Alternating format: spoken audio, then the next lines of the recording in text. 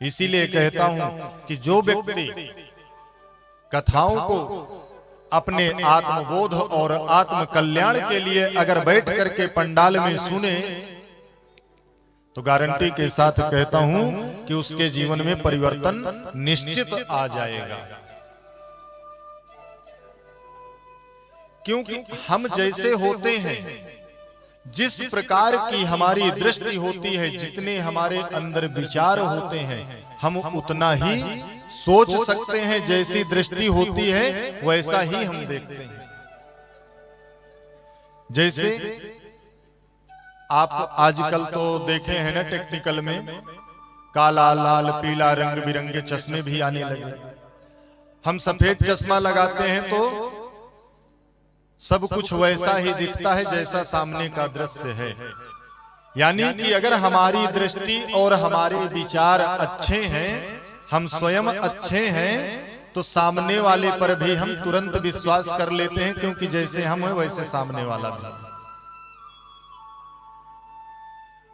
और जो रंग बिरंगे चश्मे लगाते हैं तो जो जैसे कलर का चश्मा लगाएगा उसको सामने वाले वैसे दिखाई देंगे। कितनी भी धूप हो, हम वो काला चश्मा लगा लेते हैं तो एकदम धूमिल धूमिल ऐसा लगता है, बिल्कुल छाया है। तो जिस प्रकार की हमारी दृष्टि होती है उसी प्रकार हमें सामने वाला व्यक्ति दिखता है। अब मैया यशोदा के तो जीवन में कोई छल कपट रहे नहीं। अब उन्हें क्या पता कि कोई छल करने भी हमारे साथ हमारे घर में आ जाए। दूसरी बात, जब हम व्यवहार की भी बात करते हैं तो जिसके पास जो होता है वो सामने वाले को वही देता है। भाई जिसके पास जो वस्तु होगी वही ना देगा। अब जिसके पास संस्कार है, माता पिता के द्वारा प्रदत्त, परिवार के द्वारा प्रदत्त, पड़ोसियों के द्वारा प्रदत्त, तो आपसे संस्कार युक्त बातें करेगा। और जिनके पास संस्कार ही नहीं है, हमेशा दूसरे का बुरा सोचना, दूसरे की बुराई करना, गाली देना, अपशब्द बोलना, तो वही देगा। एक छोटी सी कथा है। दो पड़ोसी आपस में आमने सामने रहते थे। एक पड़ोसी थोड़ा दुष्ट प्रकृति का था और एक बेचारा बड़ा शांत और सीधा था।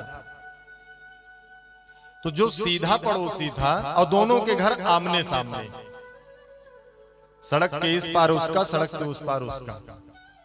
तो जो सीधा साधा था अपने घर में छोटी सी बगिया बनाया था, उसमें कुछ फलदार वृक्ष लगाए थे। अब वो वृक्ष बड़े हुए तो फल लगे उनमें। और जो सामने वाला पड़ोसी था जो दुष्ट था, वो क्या करता कि प्रतिदिन अपने घर की सफाई करता और जितना कचरा होता सब ले जा करके पड़ोसी के दरवाजे में फेंक देता।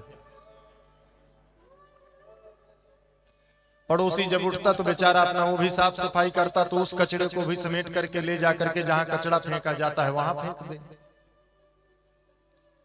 उसकी पत्नी देखी तो एक दिन हो गया, 2 दिन हो गया, तीसरे दिन उसकी पत्नी कहते हैं, न जी, ये प्रतिदिन अपने घर का सारा कचरा ले जा करके हमारे घर के सामने फेंक देता है, आप इसको कुछ बोलते क्यों नहीं?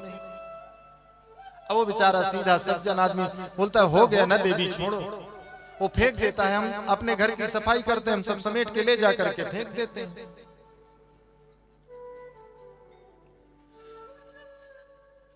फिर 1-2 दिन बाद फिर पत्नी ने वही बात दोहराई। फिर वो सज्जन व्यक्ति इग्नोर कर दिया, समझा दिया पत्नी को, अरे देवी हो गया, छोड़ो ना, वो जैसा करता है उसको करने दो। और एक दिन वो सज्जन व्यक्ति क्या किया,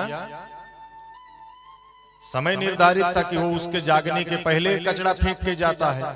तो आज वो सज्जन व्यक्ति रात में उससे पहले ही उठ करके और जो बगीचे में वृक्ष लगाए थे फल के, उनमें से फल तोड़े और एक टोकरी में फल भर के ले जाकर के जो दुष्ट प्रजाति वाला भाई था उसके घर के सामने टोकरी रख करके दरवाजे में वापस चला आया।